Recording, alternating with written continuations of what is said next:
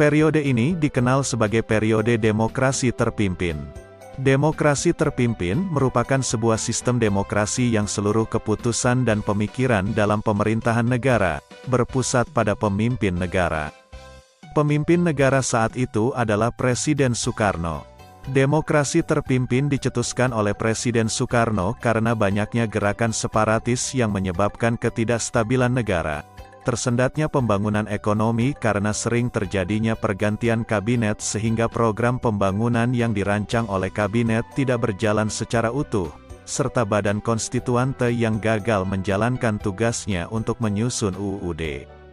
Oleh karena itu, Presiden Soekarno mengeluarkan dekret Presiden pada tanggal 5 Juli tahun 1959.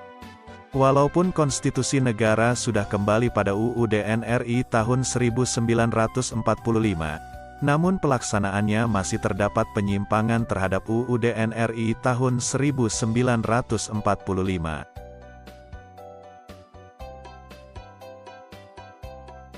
Beberapa penyimpangan terhadap Pancasila dan UUD NRI tahun 1945, masa Orde Lama, diantaranya sebagai berikut. A. Presiden Soekarno ditetapkan sebagai presiden seumur hidup berdasarkan TEP MPRS nomor 20 tahun 1963, yang menyebabkan kekuasaan presiden semakin besar dan tidak terbatas. B. Presiden mengeluarkan penetapan Presiden nomor 3 tahun 1960 tanggal 5 Maret tahun 1960 yang membubarkan DPR hasil pemilu 1955. C. Presiden membentuk MPRS yang anggota-anggotanya terdiri atas anggota DPR GR, utusan daerah, dan utusan golongan yang semuanya diangkat serta diberhentikan oleh Presiden. Pada periode ini, terjadi pemberontakan PKI tanggal 30 September tahun 1965 yang dipimpin oleh D.N. Aidit.